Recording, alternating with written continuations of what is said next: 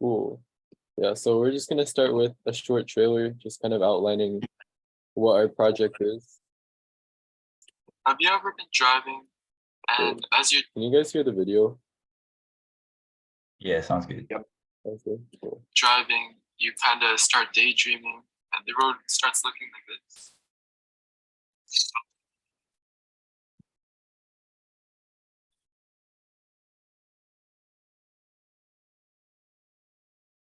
Today's fast-paced world, it's become busier than ever. With more cars on the road and endless distractions at our fingertips, drowsy and distracted driving has become crazy. According to the Centers for Disease Control and Prevention, in 2020 alone, 3,000 lives were tragically lost in crashes. The impact of drowsy and distracted driving is far-reaching, affecting communities worldwide.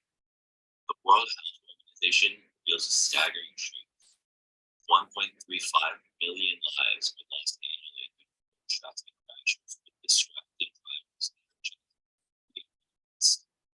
But together, we have the power to change this narrative. Now you may be wondering, why are we talking about this? No, this isn't just a PSA. We have a product that could directly address these issues.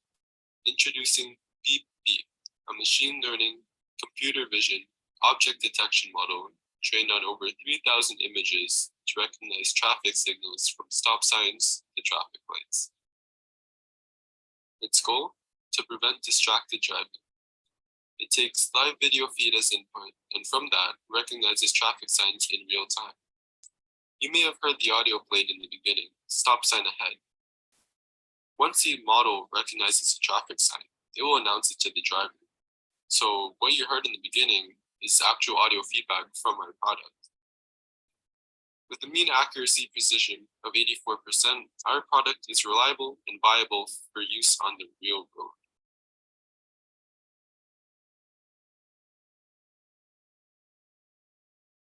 Yeah, so that was our little trailer. We're gonna get into a presentation that kind of outlines more of what our project actually is.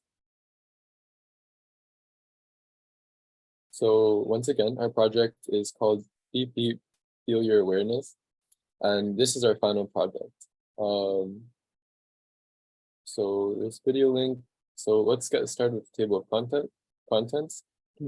So we're going to cover our original idea and our concept, how we train the model, our initial models, our final model, and finally how we packaged it into a front-end application. So starting with our original idea. So just to recap what it is, it's basically a driver assistant. It detects road signals and verbally alerts the drivers of them. And the reason it was created is because 70,000 accidents happen each year from running stop signs, and 91,000 crashes involved drowsy drivers in 2017. So as you can see, it's a very big problem when people are distracted or they aren't paying attention, so they might miss road signs, and this is designed to prevent that. So we started, we have basically 4 different versions. So version 1, we started uploading images for traffic signals. Then in version 2, we expanded the range of traffic signals. So we included more road signs, we included traffic lights. Version 3, we identified the same things, but we started moving towards continuous monitoring with cameras. And version 4, we packaged it into a website for the user to use. So we have 9 total different classes that we identified. So we have traffic lights, stop signs, roadwork signs, road close signs, yield signs, speed limit signs, pedestrian signs, detour signs, and flag ahead signs. So here's how we trained our model. So basically the data collection, pre-processing, and training. So first, we use a lot of tools to manage our data set. With RoboFlow to manage, label, and export. We also gathered many images that came from web scrapers using SERP API to scrape together some Google images. And we use RoboFlow Universe to get a few images for our data set as well. So one of the pre-processing steps we used was auto-orient, which helped detect and move the image how it should be oriented according to other images in the data set. This auto-orientation can help ensure that objects are correctly detected and localized regardless of their initial orientation. Next, we also resized our images, which standardizes dimensions of our data set and reduces complexity and improves the efficiency. And there are also many augmentations used to improve our model accuracy. We applied hue to create many different variations of color for our training set, increasing the real-world accuracy of our model. We also applied different brightnesses and exposures to help the data set by creating images and expanding our data to simulate and aid in real-world scenarios where the brightness may vary. And we also use blur, which helps simulate some of the blur and imperfections in real-world phone cameras, improving the detection in our model. So our first model had, can go to the next slide, had a lot of imbalance between the different classes. We found a library for traffic lights, I believe, and it got heavily overrepresented, whereas a lot of the other classes didn't get a lot of images to train on and were heavily underrepresented. We can go to the next. Even though our mean accuracy prediction was 0.91, that was more for the traffic lights and stop signs, which had a decent amount of training. Whereas for the other classes, it was significantly lower accuracy, and sometimes it couldn't even tell when they were there. And the kind of big issues that we dealt with was not being able to, because of the low data set, not being able to detect signs that were slightly obscured or at distances or at angles. We could only detect them in certain contexts. And because of the traffic light overtraining, it would consistently detect human faces as traffic lights, which is a really weird issue. So for our second model, we made two major improvements, which was the increased size of the data set, and we fixed numerous balancing issues. So you can see the vast majority of our classes are within the green, with only the flag or head sign, which was extremely difficult to scrape, being underrepresented. So as you can see, our mean average precision is now 0.82, which seems like that's an objective decrease in quality. However, this is because we implemented a much more rigorous training set.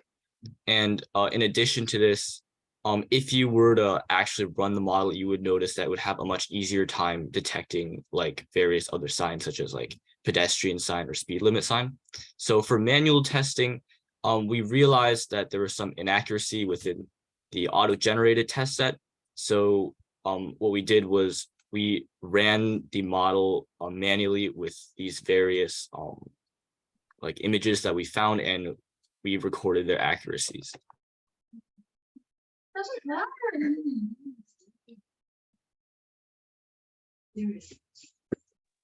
So for remaining issues, after this model, it still thought that people were traffic lights, and it had low confidence for certain signs, and there were struggles with occlusion and shearing in various angles. Okay, now for our final model. Okay, so in order to fix our model's problem of classifying people as traffic lights, we added new images to our data set of just regular people's faces, and we just marked them as null.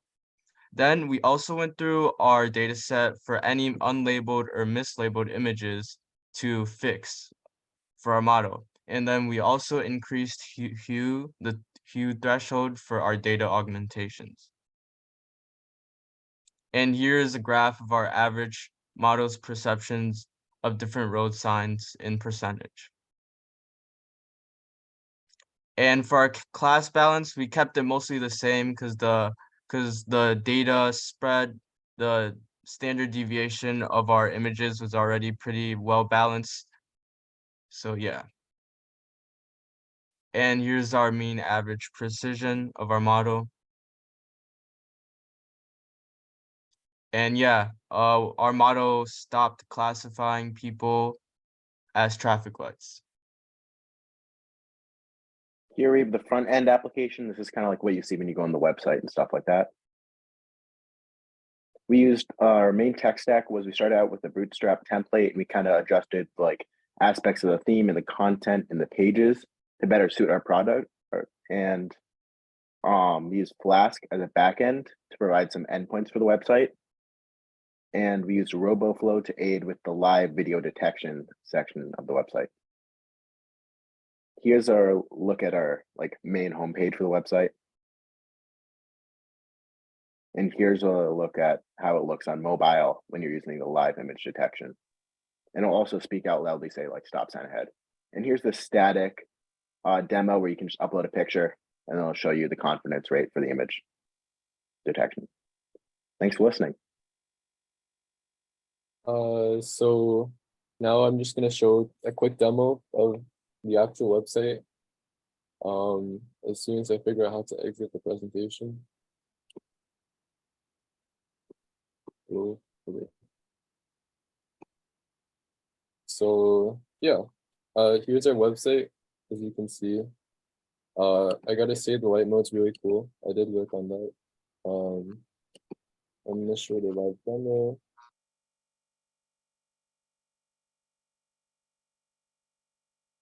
Yeah. Cool. Stop sign ahead. So as you can see, it plays audios for different signs. So here's a yield sign. Yield sign ahead. It's a detour sign. Detour ahead. A road close sign. Road closed ahead. And flag sign. Flagger ahead. So yeah, thank you for listening to our presentation.